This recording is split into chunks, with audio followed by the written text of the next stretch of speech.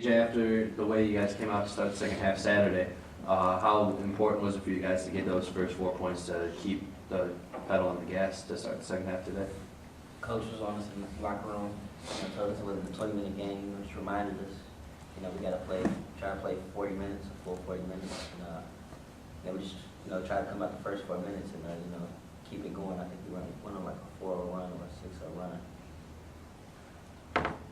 Coach, you played 11 players in the first half, and no one had more than 30 for the game. Is that something you think will continue, or is that just a product of the game tonight? It's feel. I thought Jacobs had the best practice he's had during his career here yesterday, and I felt like that I wanted to make a point that practice matters, and he did a good job. He was in there. It was good.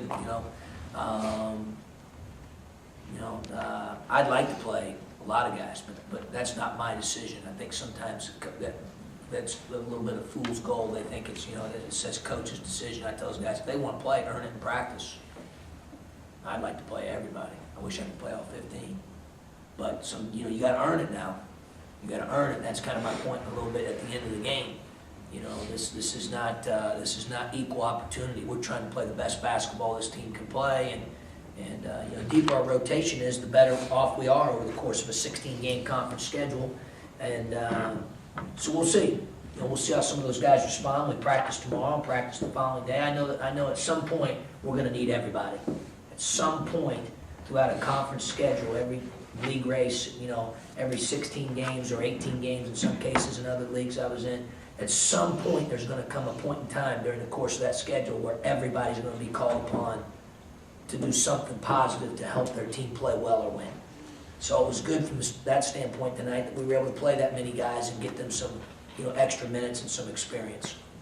On the flip side, should we read anything into the fact that Reggie didn't play until the 15-minute mark in the second half? No, I like Reggie's effort in the second half. I thought he was pretty locked in and did a good job in the second half. Again, I'll just leave it at this. Practice matters.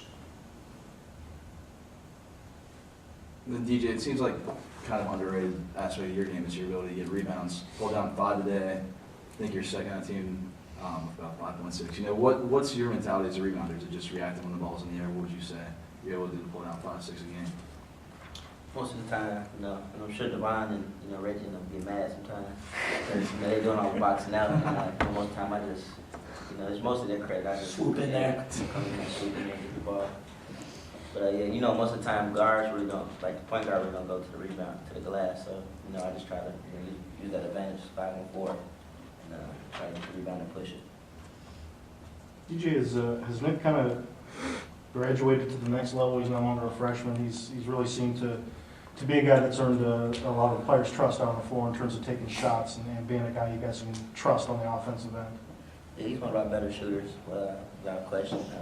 Him and Tommy have been knocking down major shots, and I got a lot of trust in him.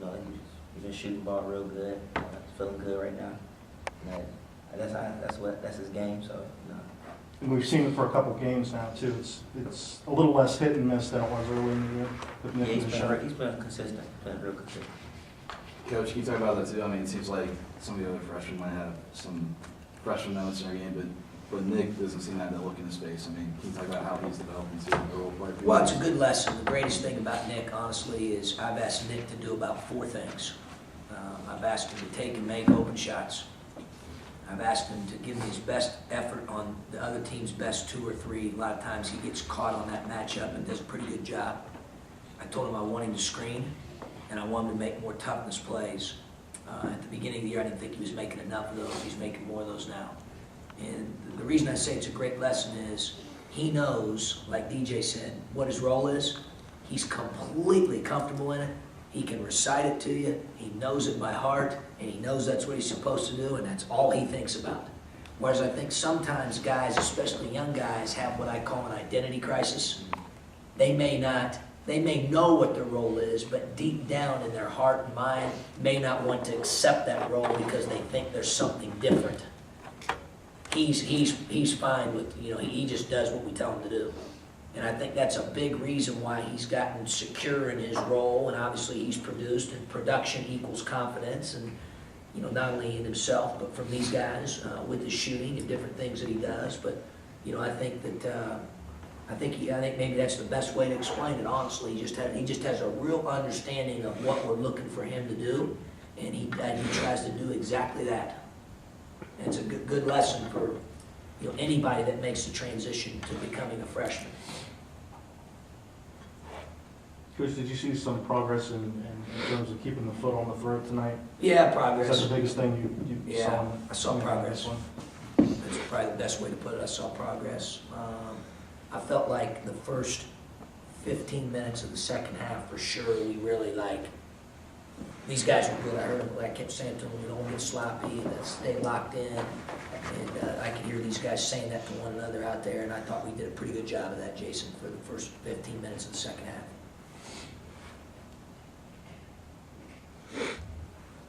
You brought up playing sound defense and rebounding. Is that the biggest thing that needs to be worked on going forward for Without this question. weekend? Without question, I'm concerned about our defensive field goal percentage, our three-point defensive field goal percentage, and our rebound margin. Because I think that the secret, if there is not really a secret, I mean, it's not really, this isn't rocket science. If we can continue to get those numbers down and do a good job rebounding like we did tonight, I think, you know, in some respects, you could say, you know, hey, we're getting better, but we haven't scratched the surface. If we can get some of those things addressed more consistently, be hard to score against from both the 2 and 3 and rebound the ball. You know, at the same time, Coach, outscoring the team 32-10 in the paint when they have one of the best post players in the MAC, you got to feel pretty good about that. Yeah, I do. I do. I thought we went at them inside, and I thought these guys did a good job of feeding the post. And like I said again, you know, everybody wants to talk about offense. I'm fine with it. You look at our offensive numbers in MAC play in particular through 6 games. I mean, there's a lot of groups in our league love to have those numbers. 5 double-figure scores, you know, 47% from the field, 45 from 3, more assists and turnovers, 70-some points a game. I mean, that's not a problem.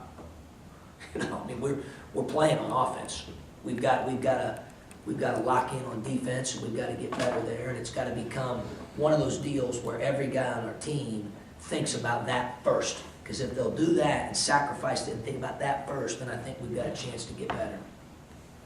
DJ, how much easier does it make it on you when you only have to take 4 field goal attempts and you guys can win a game by double digits?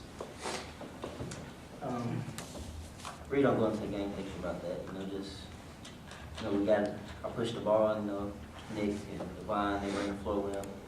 Then we got to the corners, time we got to the corners, and, you know, I just distributed the ball.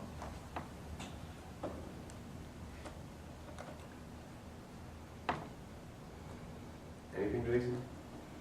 It is my son's birthday, by the way, today. I told him I would announce that. He was 5. And, Mario cake. yeah, I mean, he wants Mario, Super Mario, but he's into this Mario kick. And I just think it's bold that I haven't gotten a piece of the cake yet, and Cooper's already, you know, gotten a piece of the cake. Shows you how the pecking order goes around here. So, thanks, guys. Thanks, Coach.